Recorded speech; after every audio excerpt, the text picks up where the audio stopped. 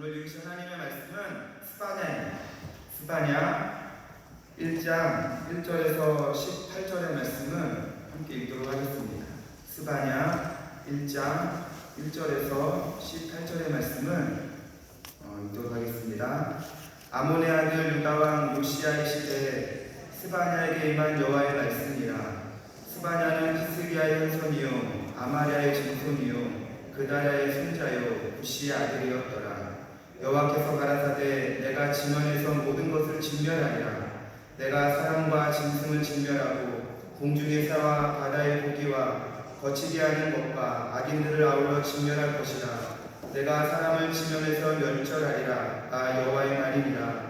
내가 유다와 예루살렘 모든 거민 위에 손을 펴서 바알에 남아있는 것을 그곳에서 멸절하며 그 말이란 이름과 및 그 제사장들을 아울러 멸절하며 무릇 지붕에서 하늘에 이런 성신에게 경배하는 자와 경배하며 여호와께 맹세하면서 말감을 가리켜 맹세하는 자와 여호와를 배반하고 쫓지 아니한 자와 여호와를 찾지도 아니하며 구하지도 아니한 자를 멸절하리라. 주 여호와 앞에서 잠잠할지어다. 이는 여호와의 날이 가까웠으므로 여호와가 희생을 준비하고 그 청할 자를 구별하였습니다. 여호와의 희생의 날에 내가 방백들과 왕자들과 이방의 옷을 입은 자들을 벌할 것이며 그날의 문턱을 뛰어넘어서 광포와 괴물로 자기 주인의 집에 채운 자들을 내가 벌하리라. 나 여호와가 말하노라. 그날의 어머니에서는 곡성이 제2구역에서는 부르짖는 소리가 작은 산들에서는 무너지는 소리가 일어나리라. 막데스 거민들아 너희는 애곡하라. 가나안 백성이 다 패방하고 은을 수운하는 자가 끊어졌습니다. 그때 내가 등불로 예루살렘에 두루 찾아 무릇 찢기같이 가라앉아서 심중에 스스로 이르기를 여호와께서는 복도 내리지 아니하시며 화도 내리지 아니하시리라 하는 자를 벌하리라. 그들의 재물이 노략되며 그들의 집이 황무할 것이라. 그들의 집을 건축하나 거기 거하지 못하며 포도원을 심으나 그 포도주를 마시지 못하리라. 여호와의 큰 날이 가깝도다. 가깝고도 심히 빠르도다. 여호와의 날의 소리보다 용사가 거기서 심히 애곡하는도다. 그날은 분노의 날이요 환난과 고통의 날이요 황무와 폐괴의 날이요 캄캄하고 어두운 날이요 부름과 흑암의 날이요 나팔을 불어 경고하며 견고한 성읍을 치며 높은 망대를 치는 날이로다. 내가 사람들에게 고난을 내려 소경같이 행하게 하리니 이는 그들이 나 여호와께 범죄하였습니다. 또 그들의 피는 흘리워서 티끌같이 되며 그들의 살은 분토같이 될지라. 그들의 은은 은과 금이 여호와의 분노의 날에 능히 그들을 건너지 못할 것이며 이 온 땅이 여호와의 질투의 불에 삼키우리니 이는 여호와가 이 땅 모든 거민을 멸절하되 놀랍게 멸절할 것이니라. 아멘. 우리 화행복도 같이 읽어보도록 하겠습니다. 성도의 가치. 여호와를 배반하고 쫓지 아니하는 자와 여호와를 찾지도 아니하며 구하지도 아니한 자를 멸절하리라. 스바냐서는 지면에서 모든 것을 진멸하리라는 하나님의 선포로 시작된다. 이 같은 선언은 창세기의 홍수 심판을 떠오르게 한다. 심판은 창조 순서를 거꾸로 한 사람, 짐승, 동물, 공중의 새, 바다의 고기입니다. 범죄한 인간 때문에 창조 세계 전체가 혼돈과 무질서와 공허의 세계로 되돌아가는 것이다. 인간의 악행은 인간 사회뿐만 아니라 우주를 망하게 하는 원인이 된다. 하나님께서 이처럼 창조 세계를 심판하시는 이유는 무엇인가? 하나님께서는 유다와 예루살렘의 영적 타락을 그 첫 번째로 굽는다. 하나님의 백성으로 살겠다고 맹세했던 이스라엘은 하나님을 배반했다. 우상 바알이 풍요를 가져다 주며 하늘의 일월 성신이 인간의 운명을 지배한다고 믿어 하나님으로부터 돌아섰다. 하나님은 복도 내리지 아니하시며 화도 내리지 아니하시는 분, 즉 그들의 삶에 관여하지 않는 분이라고 생각했다. 그래서 그들은 탕자처럼 하나님으로부터 독립하여 철저히 제 멋대로 살았다. 하나님의 율법 대신 이방의 의복을 입었다. 이방 풍습에 빠진 것이다. 하나님의 말씀을 떠난 그들은 폭력과 속임수를 일삼는 불의한 백성이 되었다. 예배가 타락하고 성도가 말씀을 떠나 살면 세상은 빛을 잃고 깜깜함과 어두움에 덮인다. 인간의 삶은 전쟁의 폐허처럼 황무하게 되며 여기저기서 환난과 고통으로 울부짖는 소리만이 가득하다. 창조 이전처럼 혼돈과 무질서의 암흑세계가 되는 것이다. 하나님의 심판은 가까이에 있다. 갈 길을 몰라 방황하는 세상에 등불이 되자 성도한 사람의 삶이 우주를 파괴시킬 수도 살릴 수도 있다는 사실을 명심하자. 아멘. 여러분도 오늘 스바냐서 1장을 읽었는데 이 말씀에서는 심판으로 시작하죠. 여러분 이 말씀을 읽으면 두려우신가요? 어떠신가요? 우리는 하나님의 심판을 대할 때는 두려워해야 되지만 그 하나님의 심판은 우리를 멸망시키기 위한 것이 아닌 하나님께서 우리를 다시 새 생명으로 회복시키기 위한 것임을 여러분들 기억하시길 바랍니다. 오늘 이 말씀도 여러분들이 듣기에는 좀 힘든 말씀일 수도 있습니다. 그러나 우리가 이 하나님께서 우리를 살리시는 말씀이다라고 하면은 이 말씀을 우리 삶에 빗대어서 더 하나님께서 기뻐하시는 삶으로 그렇게 변화되시기를 이 시간 소망합니다. 여기에 살아있는 압력밥솥이 있다고 한번 생각해보면 좋을 것 같아요. 이 살아있는 압력밥솥, 저거 조금이 없죠. 이 살아있는 이 압력밥솥이 존재의 이유가 무엇일까요? 맛있는 밥을 만들어내는 것입니다. 이 살아있는 밥솥이 맛있는 밥을 만들어내면은 이 밥솥은 뭐가 되냐면은 명품 밥솥으로 그 가치를 인정받게 되는 것입니다. 여러분들 이 살아있는 밥솥이 맛있는 밥을 만들어서 명품 밥솥으로 인정을 받으면 이 밥솥은 행복할까요? 불행할까요? 행복할 것입니다. 우리도 마찬가지입니다. 하나님께서도 우리를 지으셨죠. 목적을 가지고 지으셨습니다. 이사야 43장 21절 이렇게 이야기합니다. 이 백성은 내가 하나님이 나를 위하여 지었나니 나를 찬송하게 하여 함이니라. 이 말씀을 보면 하나님이 우리를 지으신 목적은 찬송하게 하기 위하였다. 찬송한다라는 것은 예배하기 위해서 하나님께서 만드셨다라는 것입니다. 그렇기 때문에 여러분들 우리의 삶에 하나님을 예배하게 되어지면 행복해야 되는 것입니다. 여러분 행복하십니까? 예배 드릴 때 행복하십니까? 그러면 여러분들은 예배의 성공자가 되어진 것입니다. 반대로 내가 지금 하나님 앞에 예배하는데도 마음 가운데 기쁨이 없다. 그러면은 예배의 성공자가 되기 위하여서 예배 가운데 진심으로 나아가시길 바랍니다. 여러분들 예배란 무엇일까? 우리가 너무나 예배에 대해서 잘 알고 있죠. 그러나 오늘은 좀 다른 시각에서 예배를 보기 원합니다. 그 이어지는 22절 말씀에 이렇게 얘기합니다. 내가 너희를 찬송하는 찬송자로 지었는데 그러나 야곱아 너는 나를 부르지 아니하고 이스라엘아 너는 나를 괴로워하였으며 라고 이야기합니다. 여러분 예배라는 것은 거창한 것이 아닙니다.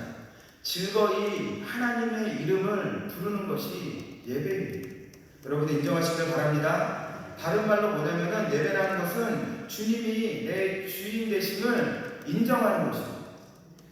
사도행전 4장 17절 18절에 이 말씀이 있어요. 사도행전 4장입니다.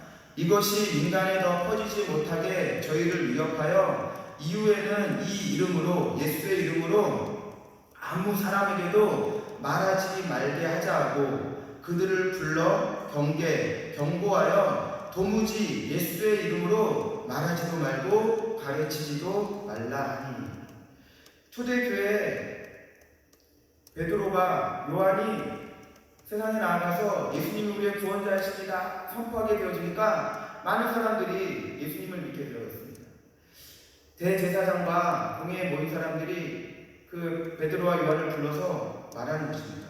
너희들이 능력해가는 건 좋지만 예수의 이름으로는 하지 마라 라고 경고했다라는 것입니다.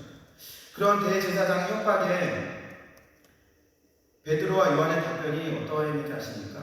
베드로와 요한이 대답하여 가로되 하나님 앞에서 너희 말을 듣는 것이 하나님 말씀 듣는 것보다 옳은가 판단하라. 여기서 예배란 예수의 이름을 말하면 핍박과 박해를 받는 곳에서 예수의 이름을 즐거이 말하는 것이 바로 예배가 되어집니다. 여러분 우리의 삶 가운데 좋은 곳에서 예수의 이름을 그냥 편하게 말할 수 있는 곳에서 예수의 이름을 말하는 것이 아니라 예수의 이름을 말하는 것이 거북하고 나에게 돌이 날아올 수 있는 그런 상황 가운데서도 기꺼이 즐거이 예수의 이름을 말할 수 있는 예배의 성공자가 되시기를 이 시간 소망합니다. 하나님께서 우리에게 예배하라 말씀하셨기에, 모이기에 힘쓰라 하셨기에, 어떠한 환경이 다가올지라도 그곳에서 예배할 수 있는 저와 여러분이 예배의 성공자인 것입니다. 또한 성도의 가치를 매기는 우선순위는 내 삶의 주인이신 하나님에게 먼저 인정받아야 하고, 그 다음이 사람에게 인정받아야 한다는 것입니다. 갈라디아서 1장 말씀을 보면 내가 사람을 기쁘게 하라, 하나님을 기쁘시게 하라 라는 말씀이 있습니다. 우리의 환경이 예배의 자리로 나아가지 못하게 할 때, 또는 내가 질병의 심한 고통 가운데 교회에 갈 수 없는, 예배의 자리에 나아갈 수 없는 그런 환경 가운데 있게 되어질 때, 이 모든 것을 무릅쓰고 예배의 자리로 나아가게 되어진다고 하면 과연 누가 기뻐하실까요? 여러분, 믿음의 결단은 하나님을 기쁘시게 하면 여러분들 기억하시기를 바랍니다. 무엇이 하나님을 기쁘시게 한다고요? 내가 할 수 없는 상황 가운데 믿음의 결단으로 하나님 앞에 나아가게 되어지면 하나님이 기뻐하신다는 것이죠. 예수님께서 우리 때문에 십자가의 고난과 수치 당하셨음 여러분들 믿으십니까? 예수님이 우리를 위해서 십자가에서 고통당하여 죽으셨음 여러분 믿으십니까? 그렇다면 우리 또한 예배드리면서 받을 수 있는 수치와 부끄러움들을 두려워하지 마시기를 바라겠습니다.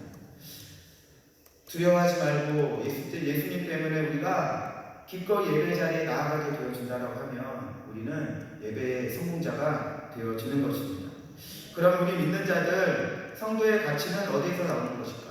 오늘 읽은 스바냐 1절 말씀을 근거로 하여서 함께 은혜를 나눠보도록 하겠습니다. 첫째로, 오직 하나님만을 믿는 순수한 신앙에서 성도의 가치는 드러나는 것입니다.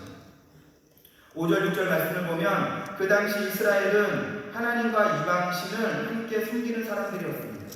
무릇 지방에서 하늘에 이런 성신에게 경배하는 자, 경배하며 여호와께 맹세하면서 밀감을 가리켜 맹세하는 자와 여호와를 배반하고 쫓지 아니한 자와 여호와를 찾지도 아니하며 구하지도 아니한 자를 멸절하리라 하나님 말씀하고 계십니다.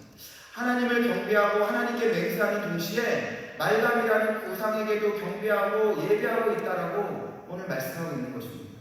요즘 하이브리드가 유행입니다. 자동차도 그렇고 자전거도 하이브리드가 있어요. 그런데 제가 보니까 주방에도 전자 레인지가 아닌 전기 레인지라는 하이브리드가 있더라고요. 여러분들, 하이브리드라는 뜻이 무엇인지 아십니까? 혼합됐다, 잡종이다 라는 뜻입니다. 여러분, 하이브리드 상품을 만드는 이유는 두 가지 상품에 단점이 있는 것을 보완하기 위해서 두 가지 상품을 합치는 것을 하이브리드 보완하기 위해서 만드는 것입니다. 그런데 여러분, 요즘에는 하나님도 혼합하여서 잡종 우상을 만들려는 경향들이 있습니다. 그런데 우리가 믿는 하나님은 전지하신 하나님이심을 여러분 믿으시기를 바라겠습니다. 전능하신 하나님이심을 믿으시기를 바라겠습니다. 어디에도 계시는 무소부지하신 하나님이심을 믿으시기를 바라겠습니다. 그 하나님은 패전하는 그림자도 없으신 영원 불변하신 하나님, 완전하신 하나님 되심을 여러분들 믿으시기를 바라겠습니다. 여러분, 완전하다는 것은 거기에 더 이상 추가할 것이 없는 것입니다. 완전한 것에 무언가를 추가하면은 그 완전한 것이 이상해지고 추잡해지는 것이죠. 그러므로 여러분들, 우리는 오직 하나님만을 섬기는 순결한 신앙을 지켜나가면 되는 것입니다. 그런데 우리가 우리의 마음 가운데 하나님을 닮은 우상을 만들어내는 것입니다. 완전하신 하나님을 믿지 못하고 내 마음 가운데 하나님 비슷한 우상을 만들어내는 것일까? 문제는 나의 믿음에 있는 것입니다. 우리가 깨어 기도하지 않으니까 시험에 들게 되고 예수님과 멀어지게 되어지는 것이고, 깨어 기도하지 않으니 말씀에 의심을 품고 믿음 없는 자가 되어져서 완전하신 하나님을 믿지 못하고 내 마음 가운데 하나님의 말씀에 다른 것들을 섞어서 잡종을 만들어 우상을 만들어 그것이 하나님인 양 섬기게 되어진다는 것입니다. 여러분, 하나님의 말씀을 온전히 믿으시기를 소망합니다. 좋아하는 말씀만을 받아들이는 것이 아니라 내 말씀 가운데 내가 거부감이 드는, 또한 그 말씀이 나에게 너무 힘든 말씀조차도 하나님의 말씀으로 받아들여서 온전한 하나님, 완전한 하나님을 믿을 수 있는 저와 여러분 되시기를 이 시간 소망합니다. 둘째로 이방인의 옷을 벗고 예수 그리스도로 옷을 입는 가치 있는 성도 되시기를 이 시간 소망합니다. 8절 말씀에 여호와 인생의 날에 내가 방백들과 왕자들과 이방의 옷을 입는 자들을 벌할 것이며 라고 말씀하고 있습니다. 이방의 옷을 입는다는 것은 이방인의 풍속을 따라간다는 것입니다. 여러분들이 경찰이 되면 무슨 옷을 입죠? 경찰의 제복을 입죠. 여러분들이 소방관이 되어지면 소방관의 옷을 입습니다. 그 옷을 입는다는 건 뭐냐면은 경찰이 되어지면 범인을 잡는 것이고, 소방관이 되어져서 소방관이 옷을 입으면 어려운 사람들, 위기에 처한 사람들을 돕는 일을 하게 되어진다는 것입니다. 그런데 여러분들, 이방인의 풍수를 따랐던 이들이 어떠한 일을 했는지 아십니까? 9절 말씀에 보면은 그날에 문턱을 뛰어넘어서 강포와 게을로 자기 주인의 집에 채운 자들을 내가 벌하리라 말씀하고 있습니다. 문턱을 뛰어넘었다라는 것은 무엇이냐면은 이들이 문턱을 밟지 않았다라는 것이죠. 여러분, 우리가 성경 말씀을 보면은 하나님께서 너희들은 문턱을 밟지 말라라고 말씀하셨나요? 안 하셨나요? 안 했습니다.